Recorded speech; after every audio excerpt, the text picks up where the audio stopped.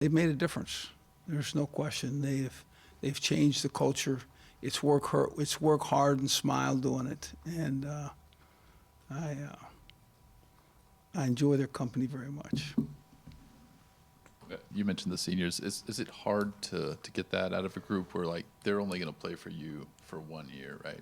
So I mean, it's probably easier for younger guys who are going to be around to maybe totally buy in, or what's your take on that? Yeah, I think you make a great obvious view and observation, but I've never treated them that way. I've never saw it that way. I mean, I think, certainly if you wanted to sit down and go over it, I think you'd be correct. But the senior class is my senior class, and the relationships of the people that I've met and enjoyed on this team, it'll be lifetime. And I expect that we'll communicate often. So, no. Yeah, I see him as being a part of what we're going to achieve here. Was there a point where you kind of knew for certain guys like Bryce, Hakeem, and Carter had totally bought in? Yeah.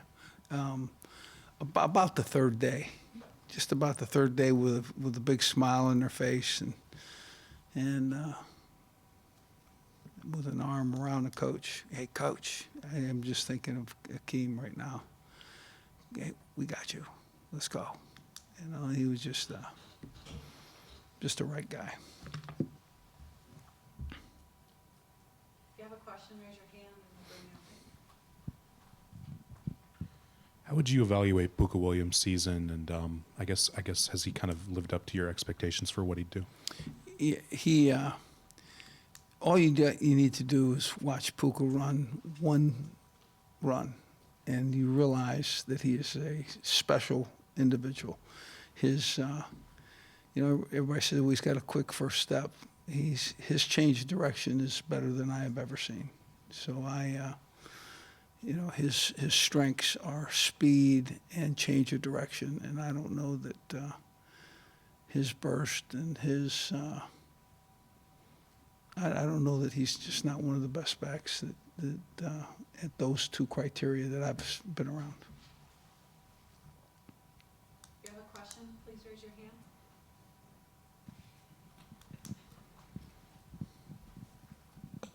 hand. It seemed like Puka was a little bit frustrated down at Oklahoma State because there just wasn't any run game production.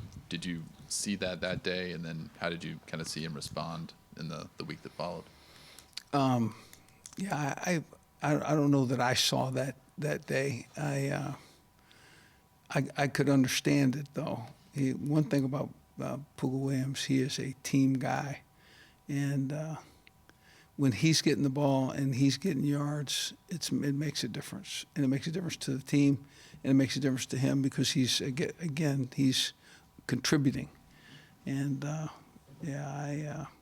I expect that would be the case, but I see Puka as a very unselfish guy. Hey, your first season here is almost done. What's been the biggest challenge so far in year one? Well, I don't know that there's any challenge more significant than others, but it's a first year with a new team and staff. It comes with some growing pains, but none that you don't expect and none that you're not comfortable with, and we're going to step over some puddles of water, but we're going to land on dry ground, and we're going to go quickly. So. Hey, Coach, I'm just curious in the front here. Do you remember your first interaction with Carter Stanley, or maybe some of your early interactions with him, and what it was like getting to know him just in the first place? I don't know that memory serves me there, but I looked at him and remember saying to him, "So, who's going to start?" he kind of smiled, said quietly, by gesture, me.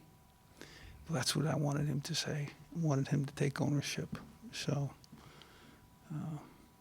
yeah.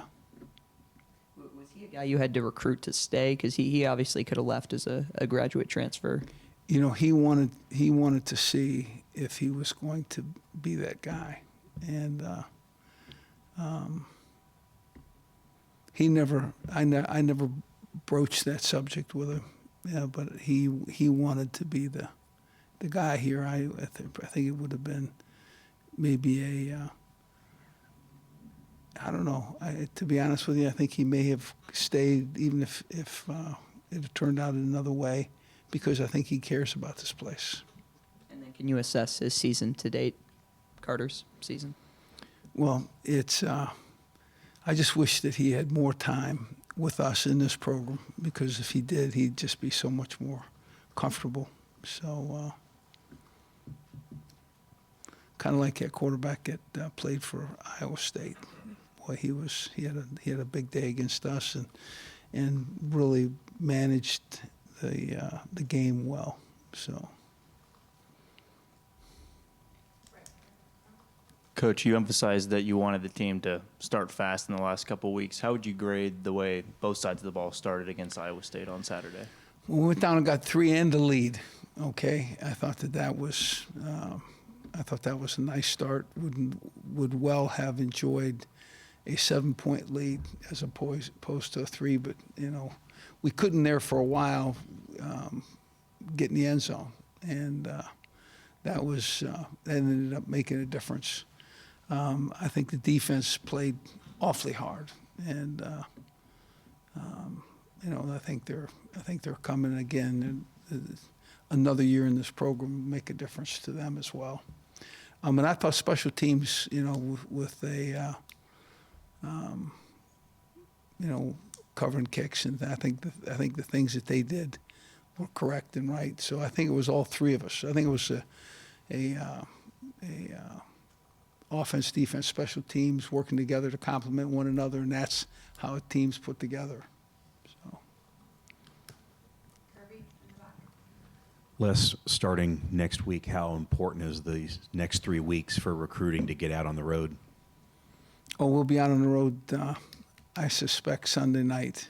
So, but it's we've been received very well in the homes, and high school coaches have enjoyed our presence. So we'll be back on the road.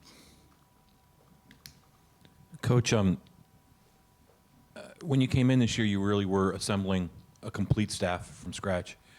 A huge challenge, taking over a program that hadn't won a lot of football games. What's the difference this coming up, winter and spring, going to be compared to last year? Things more in place, get a lot more done. Yeah, you're more effective recruiting? You're building on a foundation at this point, and you can expect more from your kids. You can expect more from your coaches.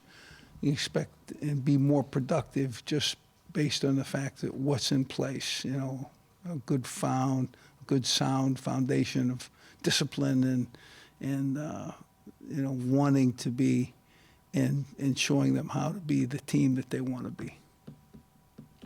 It's not exactly the same, but your first year at Oklahoma State, you ended the season against a ranked Oklahoma team. You won that game.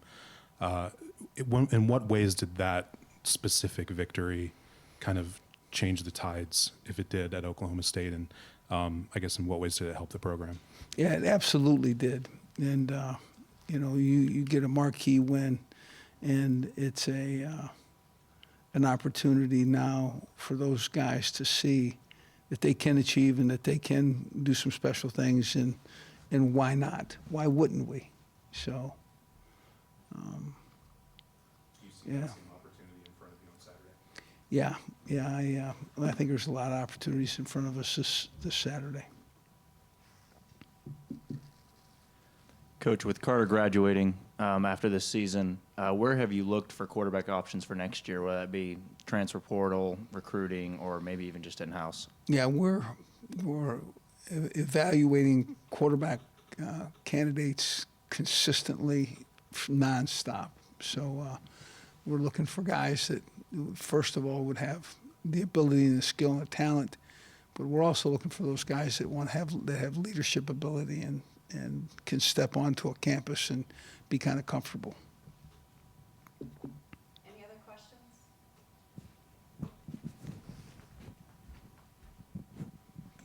Kind of along those lines, what have you seen out of Thomas McVitie as he's been, kind of in a backup role, just practicing exclusively? Well, Thomas has been nicked. He's not, just healthy at this point, but he will be very quickly. And I would see some good things. He's big, tall, can see the field, has a strong arm, can make those throws, and likes the ability to run the football. So we would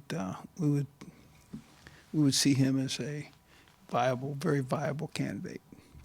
Has he been able to practice a lot during the season, or you mentioned he was nicked? Oh, absolutely, yeah. Just really the back end that he was nicked. And then with Torrey Laughlin, will you kind of move him back to quarterback once the offseason is here? I know right now you're using him as running back or a wildcat, but Yeah, we'll have to see how that goes. He's a talented man, and we enjoyed his play. So he won't play in this next game based on red shirt, but we enjoyed him. He's going to be a good player. Les, you're playing a team on Saturday, maybe the surprise team in college football, who was actually maybe behind this program 2 years ago. What jumps out at you about Baylor, and what does it say about your program moving forward, the fact that they were able to make such a big leap in such a short time? Well, they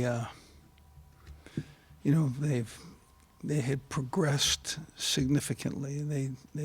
I think they were 1 win, 10 losses, and then kind of a 7-6 team, and then now they're 10 wins and 1 loss. And I see the players that were part of Baylor's team at the onset are still there and in a position and continuing to make strides. And to me, that's what you do. And congratulations to Baylor, put themselves in the position that they're in at this point.